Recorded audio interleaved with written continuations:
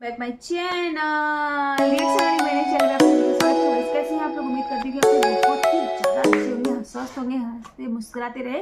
तो आज मैं कुछ करने वाली हूँ जो कि फेस्टिवल आने वाला है, तो मैंने सोचा क्यों नहीं राखी पे हम लोग एक रिएक्शन करते हैं राखी पे, और आप लोग थोड़ा सा मनोरंजन करो, आपके लिए थोड़ा एंटरटेनमेंट हो जाएगा राखी पे। तो आज ये गाना है, गाया है अंकुश रजा और प्रियंका सिंह जी ने गाया है ये गाने को। तो गाने के बोल हैं राखी भाई बहन का प्यार। तो चलिए सो फ्रेंड, जो भी न्यू चैनल को सब्सक्राइब जरूर कर लेना, लाइक कमेंट शेयर कर दिया करो, जिसमें आने वाली वीडियोस की नोटिफिकेशन आपको टाइम से मिलती रहे। तो स्टार्ट करते हैं आज का ये रिएक्शन वीडियो। चलिए स्टार्ट। आज रक्षाबंधन के त्योहार है, तहार बहन तरह के राखी बनिए तो का देबो? चॉकलेट। खाली चॉकलेट से काम चल जाई? बोला बाबू।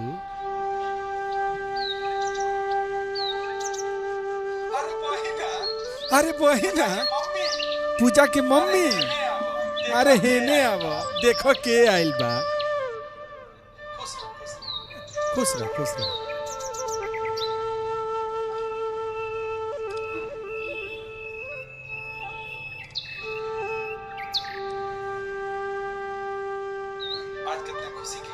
आज कितना खुशी की बात है, तहरा आ जाए के वजह से 3 पीढ़ी एक साथ रक्षाबंधन मनाई।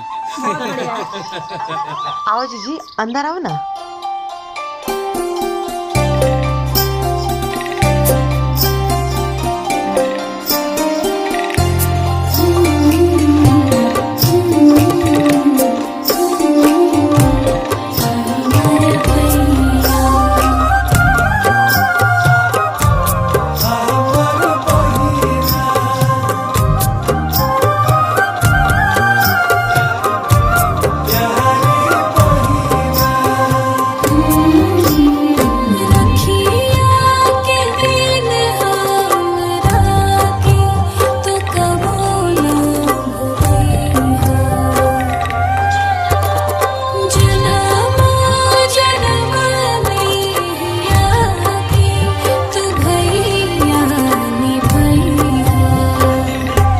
बहिना तू कहिया के जान हो, भाई के तू सान हो, हमारो परान हो, मनवा के तू ही मुस्कान हो, भाई के तू सान हो, हमारो परान हो।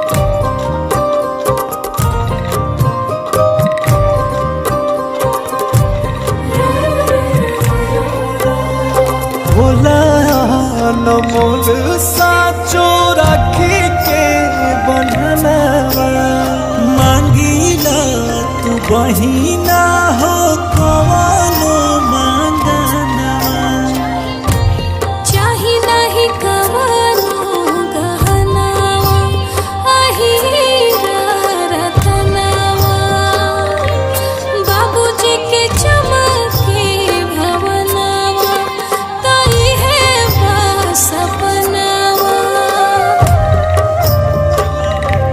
दिलवा के तू ही आरामान हो, भाई के तू सान हो, हमारो परान हो, मनवा के तू ही मुस्कान हो, भाई के तू सान हो, हमारो परान हो।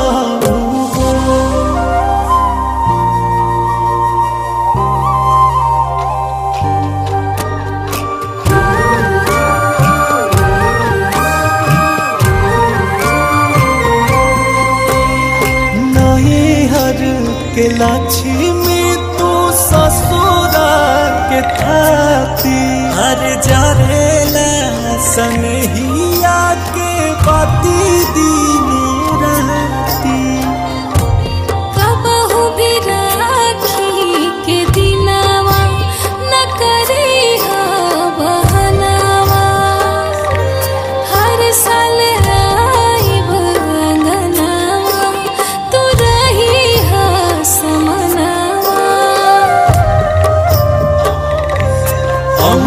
राजा के तू मान हो भाई के तू शान हो हमारो परान हो